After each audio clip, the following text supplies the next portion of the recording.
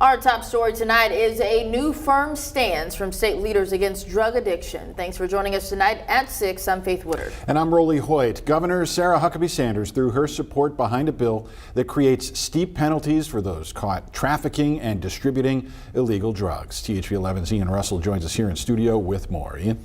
Now, Rolly, Faith, harsh penalties are what the governor is really hoping cracks down on this. That's the thought process behind endorsing that bill that would prosecute those that are caught dealing fentanyl that leads to an overdose.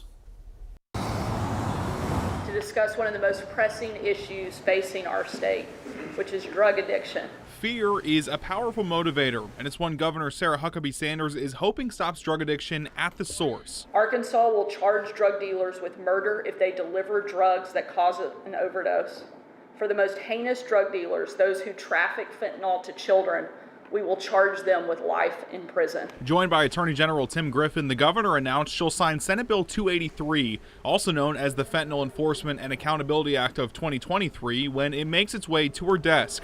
While the penalties are strong, there are some who don't think it does enough. And that's being driven by the widespread availability of synthetic opioids on the streets. And it's killing people. It's killing Arkansans. Justin Buck, executive director of the Wolf Street Foundation, says there also needs to be other options for rehabilitation. But we can't just stop the problem at the street. We have to also support recovery efforts for people who have suffered an overdose and survived. He agrees that this bill is a good start, but more, including what qualifies, should be included. It's possible that a good move on this bill might be to expand the definition of those drugs or the list of those drugs that they're looking at and just say anyone who deals any drug that causes an overdose death might be subject to this kind of sentence. And while fear is a powerful motivator, Buck says they've got to look at the situation as a whole. So if we can pair this kind of legislation to make change in the justice system with more support in the community, I think we're going to see great change in our community and we're going to see those overdose deaths start coming down.